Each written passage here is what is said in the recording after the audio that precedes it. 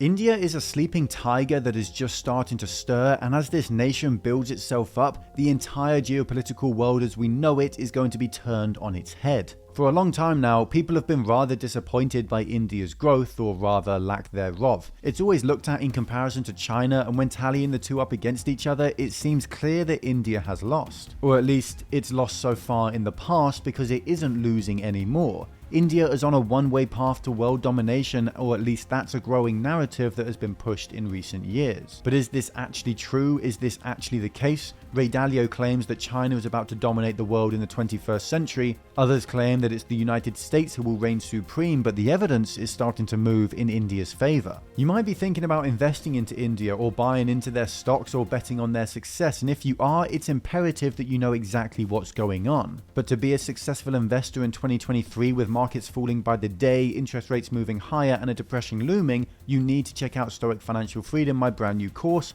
but more on that later. Now, this whole story starts about 20 years ago with a Goldman Sachs banker who put together a research report and created the idea of the BRICS nations. Brazil, Russia, India, China, and South Africa, who he believed would go on to dominate the world's economy over the next 50 years. These countries were apparently poised to grow at an unprecedented rate and sail off into the sunset, becoming the most influential economies in the world because they held huge natural resource deposits, had the potential to build strong manufacturing bases, and strong service-based economies too. Now that's all BRICS was at first, an idea thrown out by a banker, but the world took note, and within a few years these countries were widely regarded to be the fastest developing nations in the world, to the point where I remember this being taught to me at school. And these individual nations started to take note of this as well, but not in the way you might expect. These nations saw this unofficial grouping as a prospect for something even bigger, an alliance between the fastest growing countries in the world that could unseat the United States as world hegemon. This idea has started to accelerate since the war in Ukraine kicked off, as it became clear almost overnight that relying on America for anything can prove fickle for these BRIC nations. We've been receiving sporadic news reports about a defensive alliance between BRICS, about some sort of military and technological cooperation,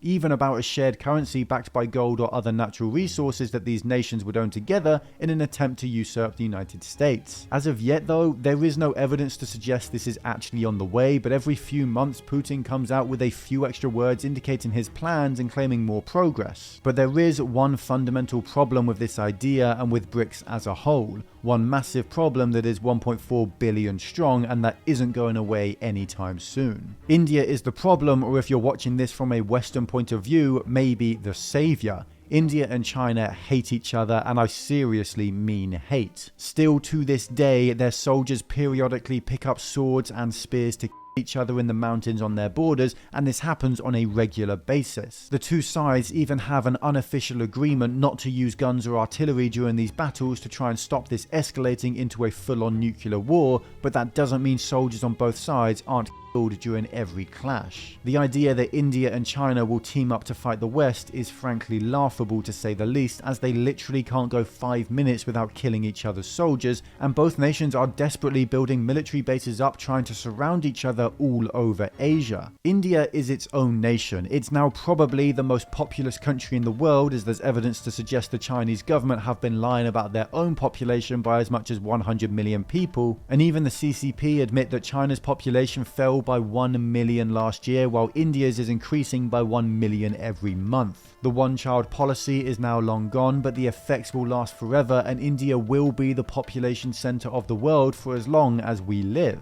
India is also finally starting to see its economy thrive, with incomes and wealth growing massively across the country and foreign investment coming flooding in. It's about time this started, as India was being left in the dust, but now India is looking poised to see its economy grow and grow with not much in the way stopping them. They are titans in the pharmaceutical industry, have literally hundreds of millions of well-educated English-speaking citizens, and a thriving tech scene that outside of China and the US is probably the best and strongest in the world. The country has well and truly embraced innovation, and it is reaping the rewards as we speak, and as this happens, China is on the way down. Their housing market is the biggest failure the world has ever seen, with the vast majority of their property developers going bankrupt, costing the country millions of jobs and trillions billions in losses, with tower blocks being demolished every day as these developers can't even afford to maintain the buildings they've built anymore, and ghost cities fueling a bubble the likes of which the world has never seen before in history. China has been attacking businesses at every possible opportunity, throwing out multi-billion-dollar fines to companies for the evil crime of getting too big for their boots, and even outlawing profit in an entire sector, causing the total evaporation of hundreds of billions of dollars worth of wealth. Capitalism is the driving force of wealth for humanity. The average person's desire to improve their own lot and the mutually beneficial transactions that have to take place for that to happen cause all wealth in history. The more freedom the average person has, the wealthier they become, which is why dictatorships always lead to a country's stagnation and failure to advance. China got around this problem by liberalizing its economy from the 80s onwards, but when Xi Jinping came into power in 2012, he started dragging China back into a world of authoritarianism that led to the world's most insane lockdowns, the destruction of trillions of dollars of wealth, and a social credit system which is the envy of every evil dictator the world has ever seen. India has in recent decades followed the success that China saw, as they too have liberalized and become a mostly capitalist economy. From the command economy they had been before,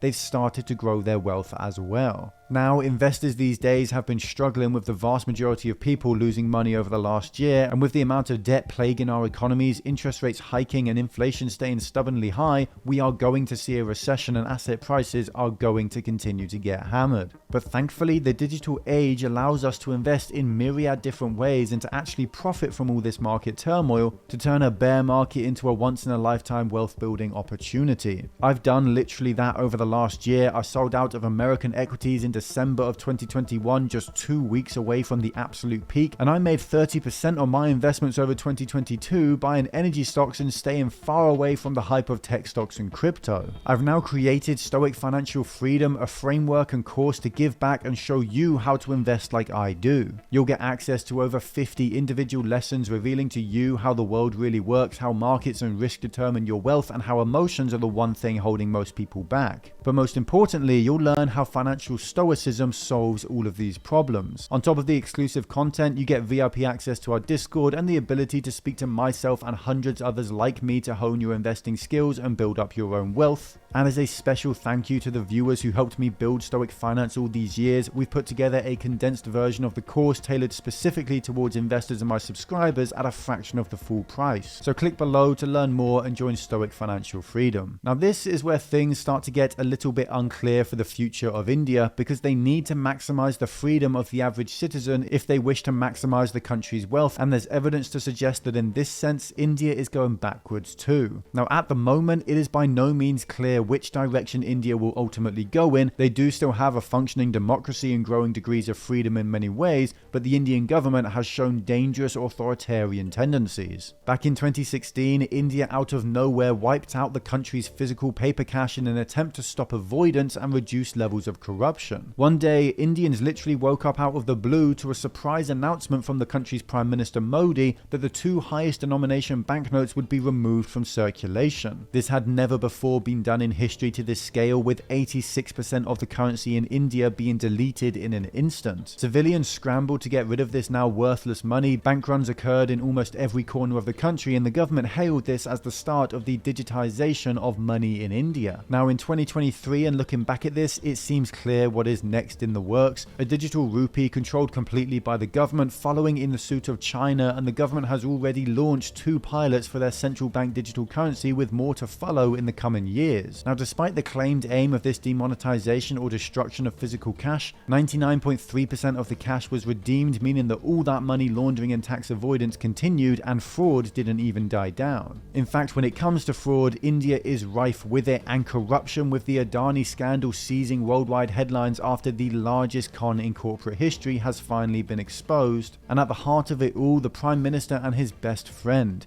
Adani is the biggest company in India, and its founder is the richest person in India, and it's been exposed as Enron 2.0, hardly a glowing review of a country which needs transparency and capitalism if it's ever going to truly take over the world. And unfortunately, the authoritarian and corrupt tendencies don't just end there. Over recent years, farmers across India have had their rights stamped on by the the government, leading to nationwide protests, and there is growing religious and ethnic tension as certain groups are ostracized and discriminated against by the ruling party. And then there's the simple fact that this entire BRICS thesis just never proved to come true. We're almost 25 years on from when BRICS was created, and the claim was that these nations would dominate the world economy within 50 years, so we're halfway there. And for Brazil, Russia and South Africa, things have gone very poorly and they've hardly grown at all. Things have gone alright for China and India. Now this can easily be explained why, as this prediction was never actually about trying to find out which countries will go on to rule the world. It was simply a ploy by Goldman Sachs to sell more stocks from these countries on the basis that over the coming decades they would return thousands of %. Now with all this being said, I am actually of the belief that India is likely to become a global superpower and before long will be far more influential than China. Their population is so massive and dominant that within a couple of decades they will have literally twice as many people as any other nation on earth, and the country still maintains an element of democracy, one that I'm cautiously optimistic will in the end win out. But the nature of the YouTube algorithm means it's simply not possible to cover everything relevant in a single video, and there is much more to this story that would get my channel demonetized, shadow banned, or just outright deleted. Stoic Financial Freedom though, my new course, is specifically created to be free from censorship, and it's dedicated to teaching you how markets truly work, where wealth actually comes from, and how to seize it all for yourself by using, of all things, financial stoicism. We've just recently released a more focused version that is perfectly tailored to investors and their needs above all else, so click the link down below in the description to join the waiting list. Or if you just want to learn more about why China has already collapsed, then watch this video here.